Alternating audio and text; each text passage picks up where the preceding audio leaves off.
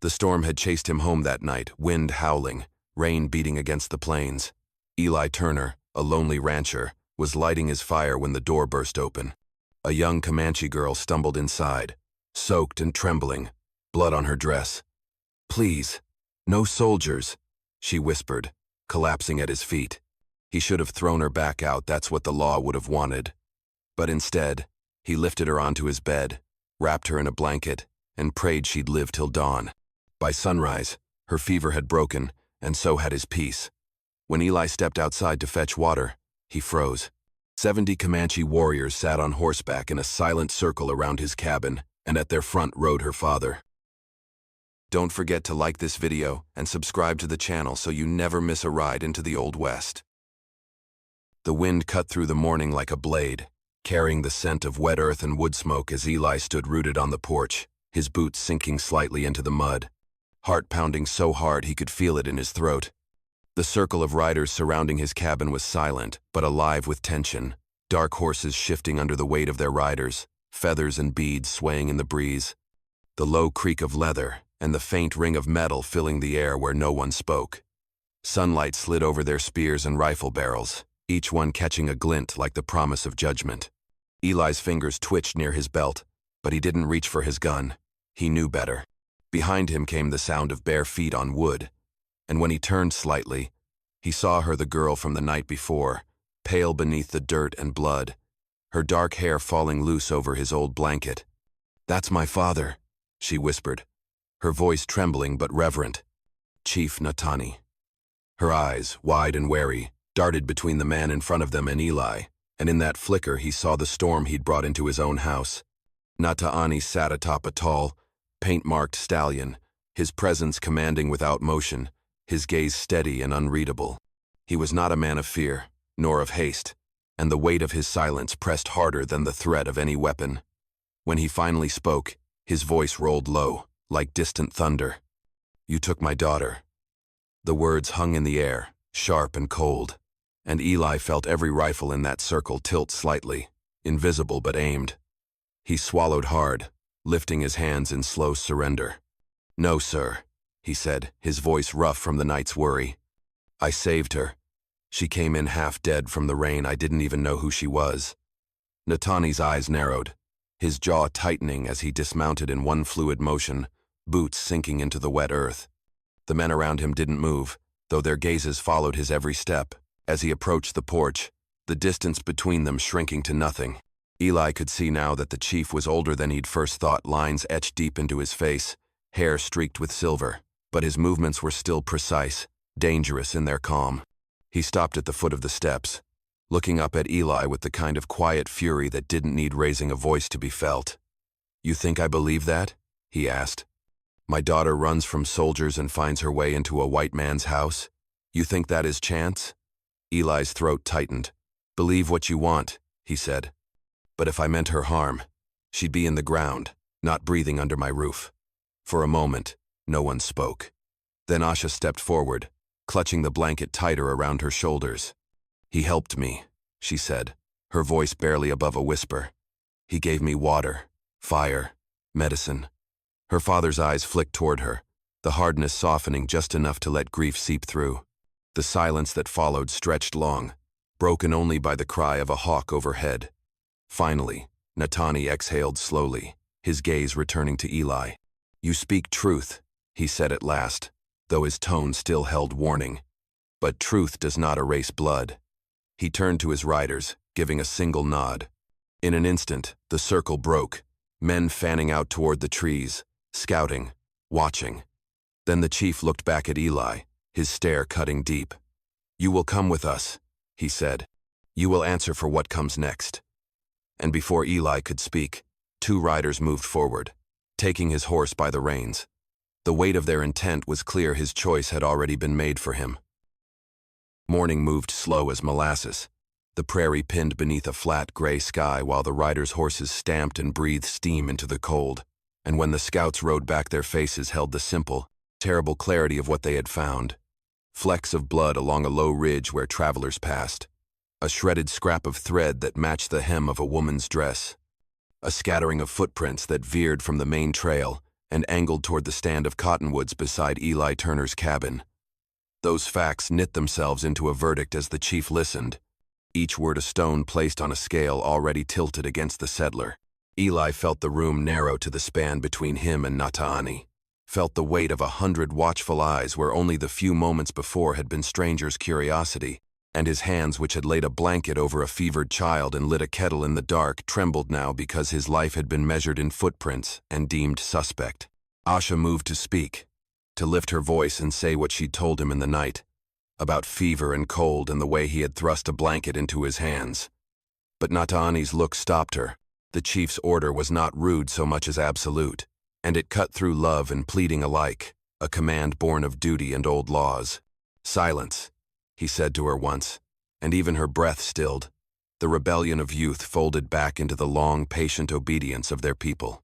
The scouts showed the torn cloth, and one of the younger warriors' eyes narrowed, anger coiling under his skin like a spring spat at the suggestion that a man of Eli's kind could be innocent without proof.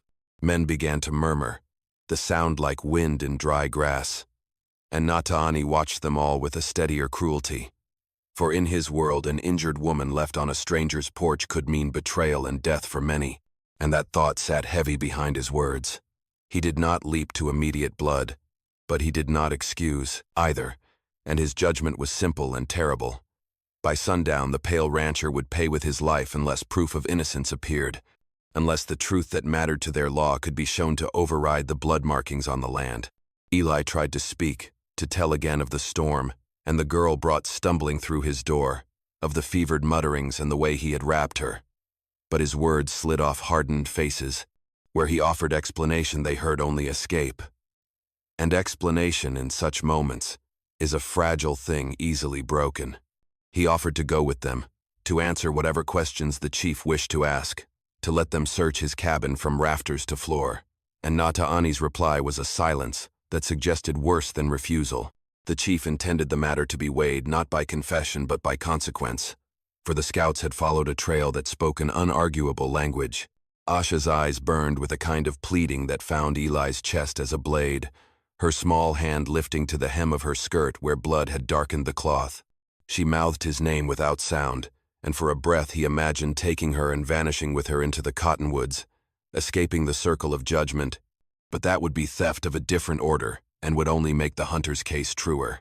Around them the riders tightened, sentries carving the air with spear points, and Nataani's men began to fan out into the trees to retrace the very steps the scouts had taken, not to bring immediate death, but to find corroboration. If they returned with more blood, more proof, the sentence would be carried out without delay, and so the chief declared the hour openly, as if to give Eli the measure of the choice left. Clear the name before sundown or die for the trail found near his home.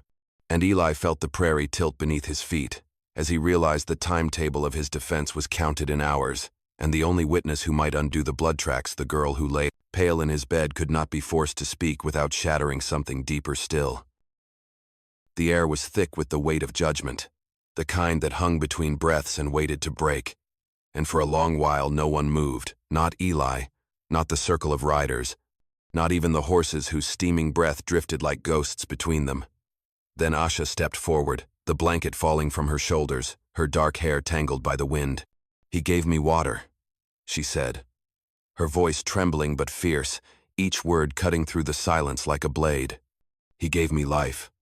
The words struck harder than any gunshot, and for the first time since dawn, Chief Nataani's composure cracked.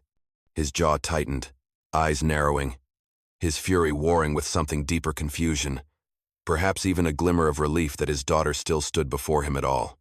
But pride was a cruel master, and love could not so easily untie the knots that fear and vengeance had bound.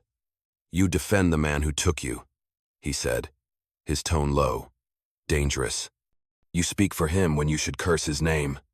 Asha lifted her chin, the faint bruise on her cheek catching the light.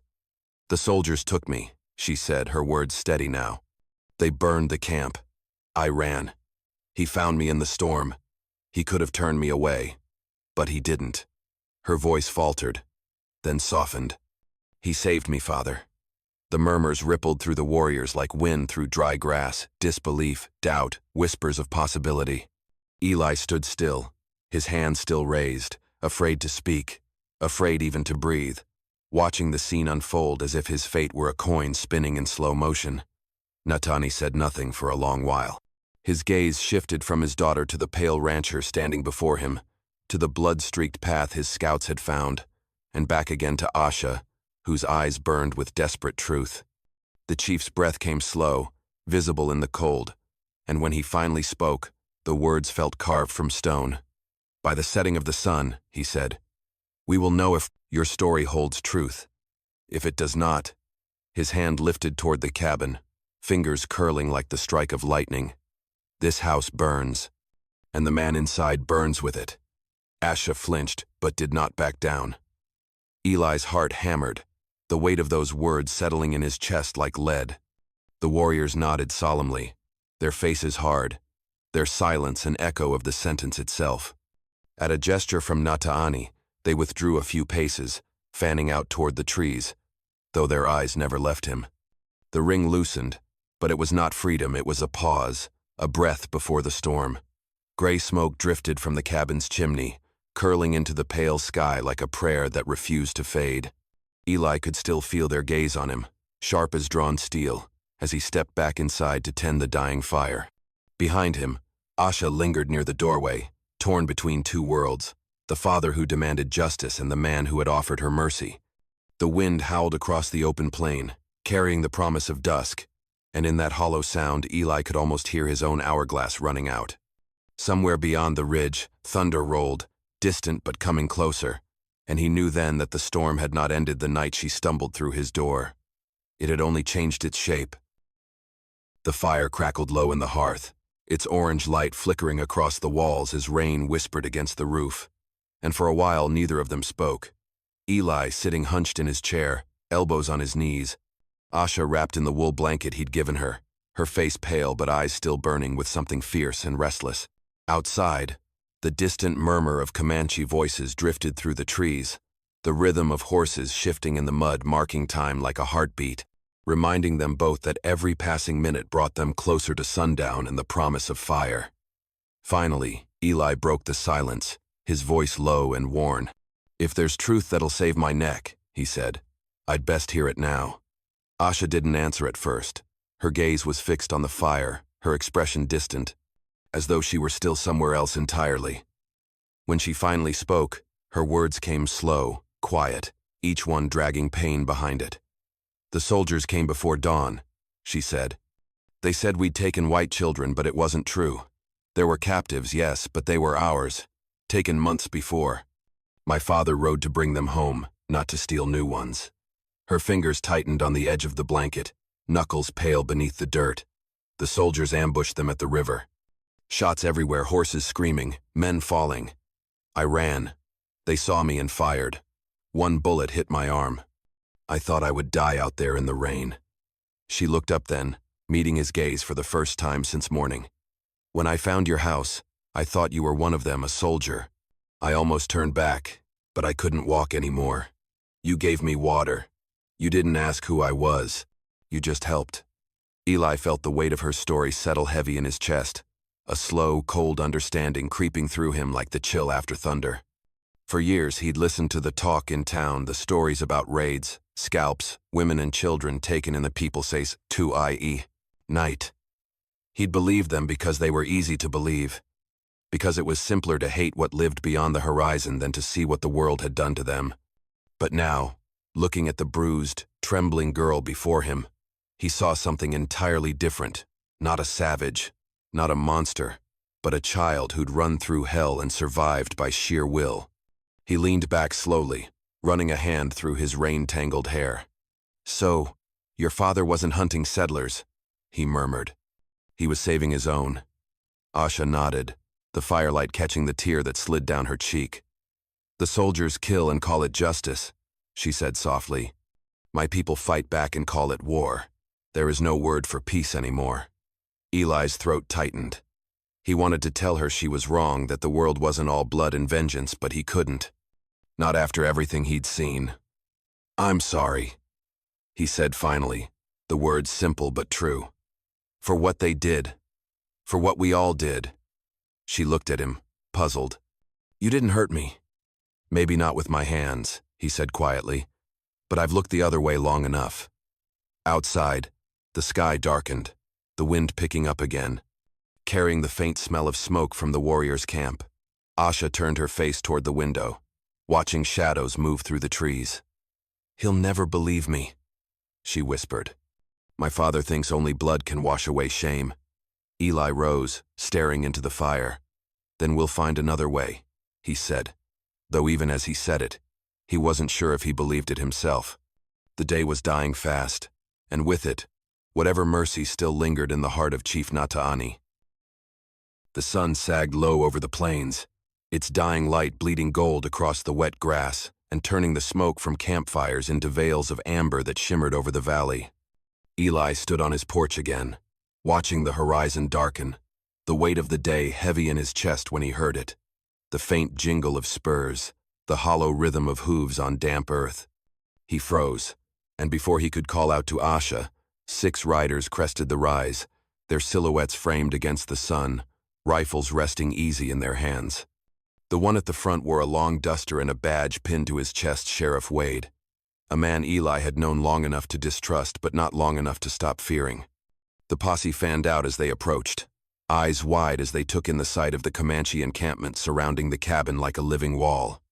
Well, hell, Wade muttered, pulling his horse to a stop. Looks like we found what we came for.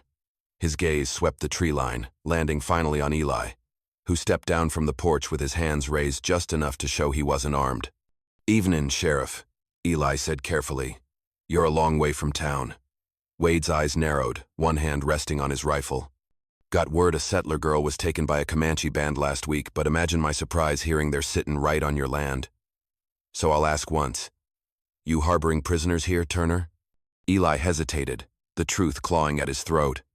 Ain't what it looks like, he said, voice steady but low. That girl's no prisoner. She came to my door half dead from a soldier's bullet. I just gave her shelter. Wade spat into the dirt. So you're telling me the Comanche came callin' polite, huh? Sat down for tea, maybe? You think I'm green enough to swallow that? Behind him, his men shifted nervously, glancing between the sheriff and the ring of silent warriors on horseback, men who hadn't moved but whose spears glinted now, with the last shred of sunlight. One wrong word, one wrong breath, and the prairie would burn again. Asha stepped into the doorway, pale but upright, her eyes fixed on the man who'd just branded her people murderers with a single sentence. They didn't take me, she said, her voice cutting through the wind like glass. The soldiers attacked us.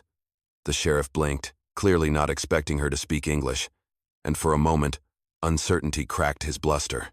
But it didn't last. You hush up, he snapped. We'll sort your lies back in town. He raised his rifle, and that's when the low growl of hooves behind Eli made every man tense. Chief Nataani emerged from the shadowed pines, his horse black as pitch, his warriors shifting closer in a ripple of motion, the circle tightening once again around the cabin. The air turned brittle with silence. You bring soldiers here? The chief said, his English broken but hard as stone. You bring war again? The sheriff's jaw set. You're trespassing on U.S. land, savage. I don't need your permission to enforce the law. He started to raise his rifle higher, and that was when Eli stepped forward, placing himself square between the two men, his boots sinking into the mud. You fire that gun, he shouted, his voice echoing over the fields, and you'll start a war none of us will survive. For a moment, time seemed to stop. Wade's finger hovered over the trigger, his men watching him, waiting. On the other side, the Comanche bristled, arrows notched, eyes narrowed. Even the wind seemed to hold its breath. Asha stood frozen in the doorway, her hand clutching the blanket at her chest, the cross around her neck catching the last light of the Sunday. Eli's heart pounded, his voice dropping to a low, steady growl. You pull that trigger, Sheriff, he said, and the blood that spills here tonight won't ever wash off this land. And for the first time in a long while, Wade hesitated. The air between them tasted of iron and damp grass as Eli moved like a man doing something both foolish and necessary, closing the heavy barn door with a shove that sent up a flurry of straw and curses, and then dropping the bar in place while the sheriff slammed his palm against the wood in impotent fury. Asha, nimble and steady despite the tremor in her hands, gathered the rifles and pistols that had lain like a promise of blood beside the deputies, and buried them beneath sacks of hay and a stack of old harnesses, her fingers working quickly while Eli kept his voice low and even, because the worst thing now would be to let anger become gunfire. Outside, the Comanche ringed the yard like a dark tide, spears and lances catching the pale afternoon, eyes narrowed and unblinking as they watched the white men behind the barn door, and for a long moment Eli could feel the suspicion like a cold wind on the back of his neck. They did not know if he had betrayed them or saved them, and neither answer would be wholly true. Natani watched all of it from his horse, the chief's face a map of judgment and history, the muscle of his jaw working slow as he listened to the sheriff's muffled shouts and the soft, steady sounds of the men inside trying to find purchase on a world that had just been taken from them. Eli climbed down from the porch and went to stand in the path between man and man, a thin, insignificant figure in a wide country, and when he raised his hands it was as if he were offering the only thing left he could still give, his word. "If you want justice," he told Natani, the words catching the wind and carrying like a blade, "I'll bring you the truth myself." The chief's eyes studied him, sharp and slow, reading whatever they could from his posture, his hands, the set of his shoulders. Around them, the warriors shifted and the horses snorted, the prairie at once patient and hungry for decision. Wade's voice, raw and bright from inside the barn, promised reprisals that would last generations if anyone so much as stepped wrong, and the sheriff spat the language of men who owned law and used it like a cudgel, but Eli kept his gaze on Natani, because the chief's consent was the only currency that mattered this afternoon. "You'll ride to town," Natani said at last, his English careful and measured. "And you will bring us proof, a paper, a man who saw the soldiers take captives, or the captain himself. You come with 2 men from my band to watch you, and if you do not return by dawn, we take the barn and the man in it burns." The terms were as old as bargain, fire and as clean as a spear's stroke. Eli had expected less dignity in the carrying out of judgment, and felt the odd flicker of relief that Natani kept his promises as he kept his promises. Eli glanced once at Asha, who had retreated to the porch and stood with the blanket around her shoulders, her eyes wide and raw with worry. Then at the barn where the sheriff had started to batter the wood with his fists.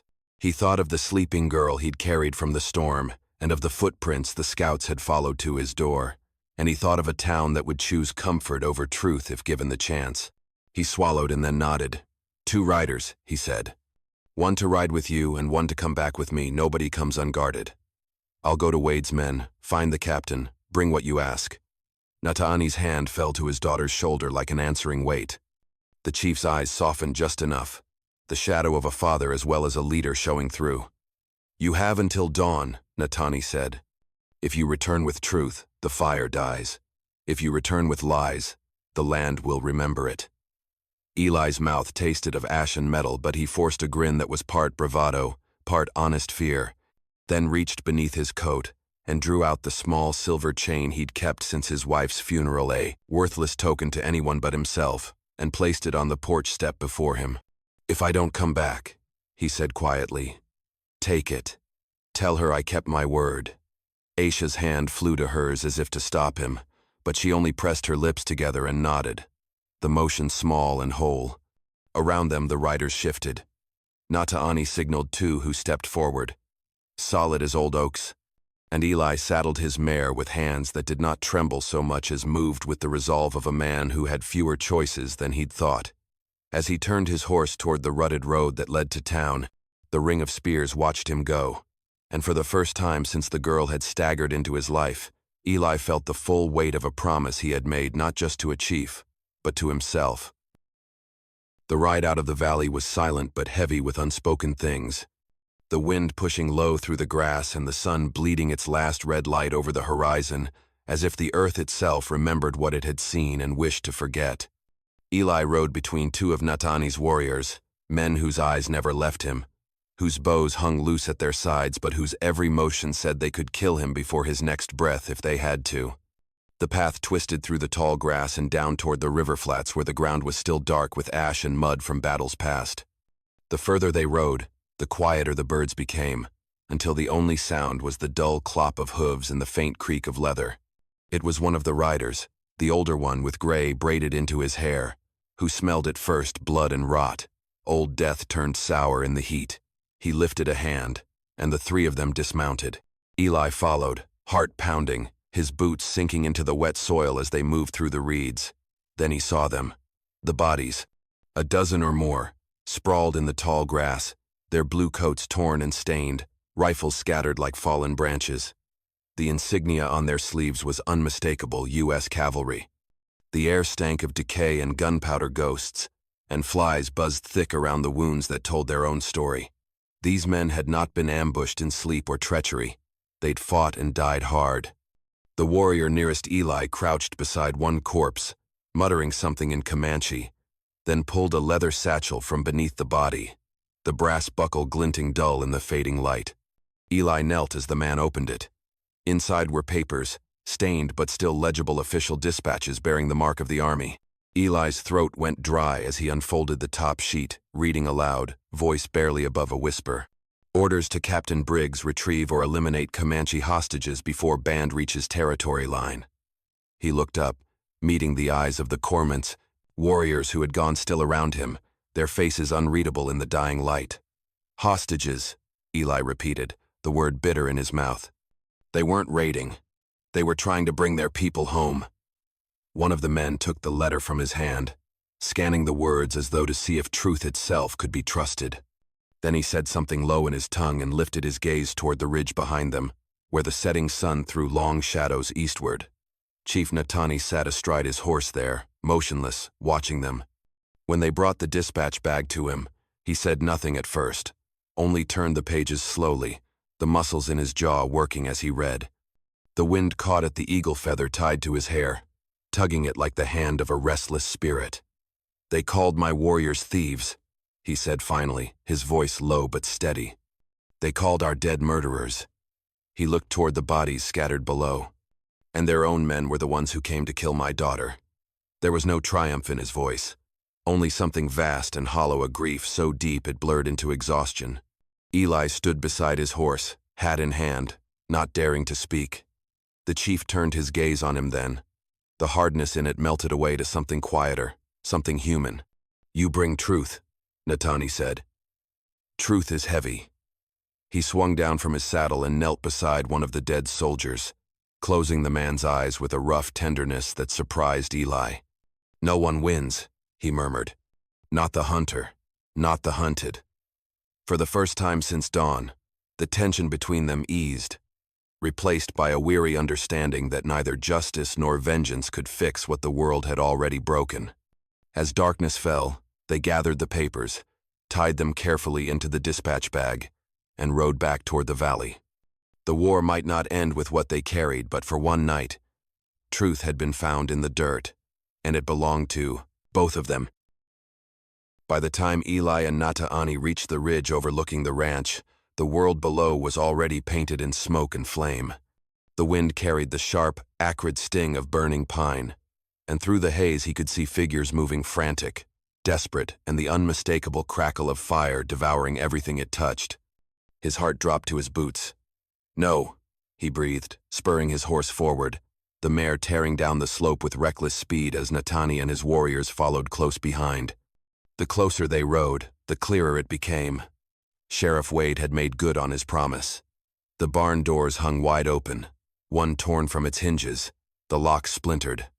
The lawman stood at the edge of the yard, a torch still clutched in his hand, his face a twisted mask of rage and self-righteous fury illuminated by the firelight.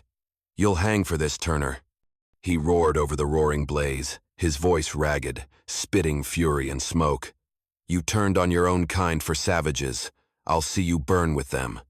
Flames leapt along the roof of the cabin, licking through the rafters and bursting out the windows like the breath of hell itself. Inside, Eli could see Asha struggling with a bucket of water, coughing through the smoke as she tried to beat back the fire spreading along the walls. He leapt from his horse, running toward her, heat washing over him in waves that seared his lungs and blistered his skin. "Asha!" he shouted, reaching her just as part of the ceiling gave way in a spray of sparks and embers. He dragged her back, his arm around her shoulders, shielding her from the falling debris as she cried out, "The letters! The proof! Eli, it's in the saddlebag. He froze, the realization hitting him like a hammer. The dispatch papers, the only evidence that could stop the bloodshed, were still strapped to his horse outside. Behind them, Sheriff Wade's laughter rang out, cruel and echoing through the storm of flame. You think they'll believe a traitor's story? He sneered, raising his revolver. You'll die a liar, same as them. Before Eli could reach for his gun, an arrow whistled through the smoke, burying itself deep in Wade's shoulder. The sheriff staggered back, screaming, as Nata'ani's warriors thundered into the yard like a storm unchained, their horses cutting through the firelight, their faces grim and fierce. Another arrow flew, striking the rifle from the hand of one of Wade's deputies who had crawled from the barn. And then the Comanche formed a circle around the burning cabin, their presence a living wall against the chaos.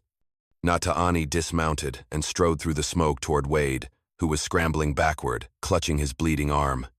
The chief said nothing, only watched him with eyes as dark and endless as the night sky, then turned away, not mercy, not forgiveness, but something older, heavier. Eli staggered toward his horse, his vision swimming through the heat, and ripped open the saddlebag, pulling out the charred dispatches. The edges were blackened, but the words still visible, orders to retrieve or eliminate Comanche hostages. He clutched them tight, the proof still alive in his hands. Asha grabbed his arm, pulling him away from the collapsing cabin as sparks rained down like falling stars. It's gone, she gasped. All of it. He shook his head, glancing toward Nata'ani, who had mounted again, his warriors holding the ring firm around them. Not all of it, Eli said, his voice hoarse but steady. We've still got truth. Behind them, the cabin groaned one last time before the roof caved in, sending a shower of embers into the sky. The sheriff, bleeding and broken, was dragged away by his own men, his curses fading into the crackle of flame and wind. The night swallowed the rest. Nata'ani looked at the burnin'. The night had turned the color of iron and ash, the fire painting the world in restless shades of red and gold as the smoke clawed at the sky. And through that chaos came the echo of gunfire, sharp, final, the sound of a life ending in the dirt. Eli turned, coughing, eyes burning from the smoke, just in time to see Nata'ani lower his rifle, his face carved in shadow, unflinching as the sheriff's body crumpled to the ground beside the ruins of the cabin. For a long heartbeat, no one moved, not the Comanche warriors, not the few battered deputies who still stood clutching their wounds, not even Asha, who stared at her father with disbelief and something like sorrow. The silence was terrible, larger than the fire itself, and Eli felt it crawl down his spine. The chief's act was not born of fury. It was something colder, more deliberate, the act of a man who had weighed a life against the balance of blood and found its cost justified. Sheriff Wade lay twisted in the dirt, his eyes glassy, his final curse lost in the crackle of flame. The fire's reflection wavered in Nata'ani's gaze as he stepped closer to Eli, his rifle falling from his hand, his chest rising and falling with slow, measured breaths. Around them, the warriors began to lower their weapons, their anger tempered by something heavier, the understanding that vengeance had already spoken. Eli coughed again, the taste of smoke and ash sharp on his tongue. You didn't have to do that, he rasped, though his voice betrayed more gratitude than protest. The law'll call that murder. Nata'ani looked at him for a long moment, his expression unreadable. He brought fire to your house, he said evenly. He would have killed you, killed her, and still called it justice. My bullet only ended what his hate began. The simplicity of his words cut deeper than any defense. Eli stared at him through the smoke, through the flickering light that made ghosts out of men, and for the first time since this began, he saw the truth of the man behind the legend, not a savage, not a warrior carved by vengeance alone, but a father, raw and human, standing in the ashes of everything the world had forced him to defend. Dawn began to creep over the horizon then, the first pale light bleeding through the clouds, washing the fire's fury into softer hues of gray. The last of the flames hissed out where the well water had splashed, leaving the ground steaming, scarred, but quiet. The Comanche stood in a half-circle now, their faces solemn, watching as Nata'ani stepped toward Eli and extended his hand. For a heartbeat, the rancher hesitated, the habit of years' fear, prejudice, survival warring inside him. Then, without a word, he took the chief's hand. It was rough, strong, warm despite the cold. "You sheltered my child," Natani said, his voice low but carrying in the stillness. "You are no enemy." Eli held the man's gaze, smoke swirling between them like ghosts of the past, and felt something in his chest loosen that he hadn't realized was bound. "Maybe it's time," he said, his voice hoarse but steady. "Someone said the same of you." For a long while, they just stood there, two men who should have been enemies, framed by firelight and dawn, both marked by loss, both too stubborn to die when the world said they should. Asha stepped forward then, slipping her hand into her father's, her other resting on Eli's sleeve, and for a fleeting moment, the three of them formed a fragile bridge between two worlds that had only ever known war. The smoke thinned, the wind shifted, and somewhere in the distance, a hawk cried a sound sharp and clean, slicing through the heavy morning air. By the time the sun rose full over the plains, the fire had burned itself out, leaving only char and silence behind. But in that silence, something new took root, not peace, not yet, but the first tender breath of forgiveness, fragile as dawn and just as necessary. Years rolled across the plains like wind through the tall grass, soft and unhurried, until the story of that night became something larger than memory, part truth, part legend, and part whispered prayer to the ghost that still lingered where the ashes once lay. The cabin, rebuilt from scorched timbers and the bones of the old barn, stood strong again on the ridge, facing the same endless horizon where sun and storm still battled for the sky.